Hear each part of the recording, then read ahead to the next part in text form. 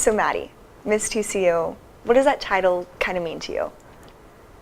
I don't really know how to answer that question, except for I'm just so excited to have the title and the fact that I get to represent not only myself, but also TCU everywhere I go on this campus is something that's really exciting to me, because this place has really driven me to be the best version of myself, and I think it's a dream come true that I get to be here and also be Miss TCU.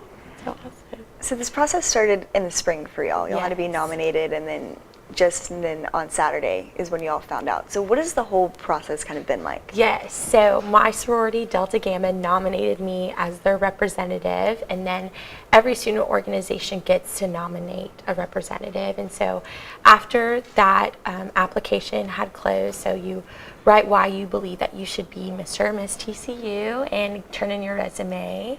It was open for the student body to vote. And so after student body voting, using those three criteria, the student body vote, your application and resume, they chose the top 5 finalists. And after that, that was incredible to see, just even top 5 in general, and I was really honored just to be a finalist. And the next steps were interviews with faculty, and after that interview we had a luncheon with the chancellor, which was so incredible, really just to get to hang out with him as this top 10 finalist group and really get to know everyone in that group so well was an honor in itself, because they're incredible humans. And after that, we had a practice on the field just to kind of prepare ourselves for what was coming the next day on homecoming. And on homecoming is when we all went on the field with our designated partner, and the news was broke to us all, which was a really exciting time. So whenever you're going through like the parade and all of the homecoming activities, is it excitement or nervousness? What are you kind of feeling? I think it's a beautiful blend of both. I mean, I was so excited just because I got to be with such an incredible group of people for such an extended period of time, but I'm also so nervous at the same time, trying to make sure that I don't throw up on camera or anything crazy like that, because it's just a lot of nerves knowing that there's so many people watching what you're doing and watching you through this process, but still so exciting because it's an honor in and of itself just to be nominated.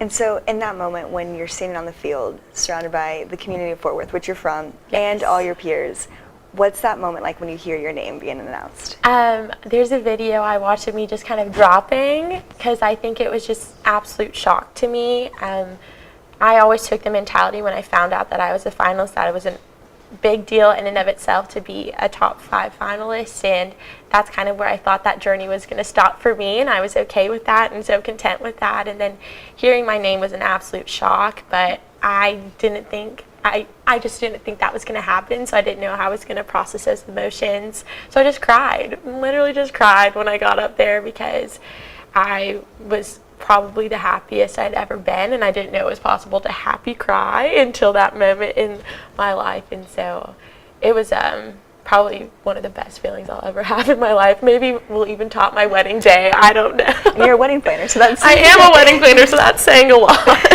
And so now you have this crown, this Miss TCU crown. What are you planning on doing with it? I wanted to break it up in 5 little pieces and give it to everyone, kind of like we saw in Mean Girls, but then it was a very nice crown, and I thought that would be frowned upon if I broke something that was probably very expensive.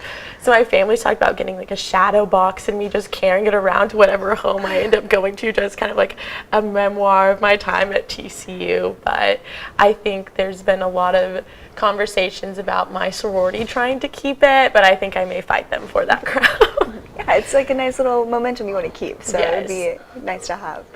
And then, so after this, what does the Mr. and Miss TCU post announcement look like? Yes. So when we were at a luncheon with the chancellor as the top finalist community, they kind of gave us a debrief like, hey, whenever we call upon you, the Mr. and Miss TCU will be kind of the face of the student body whenever we have meetings with trustees or alum or noticeable people coming to campus. So I'm really looking forward to whenever they call upon me for that opportunity, and I'm just kind of playing it by ear for whatever they need me to do. So, well, congratulations. Thank you so much, Kacey. Thank you. I really appreciate it. Thank you for your time. Thanks.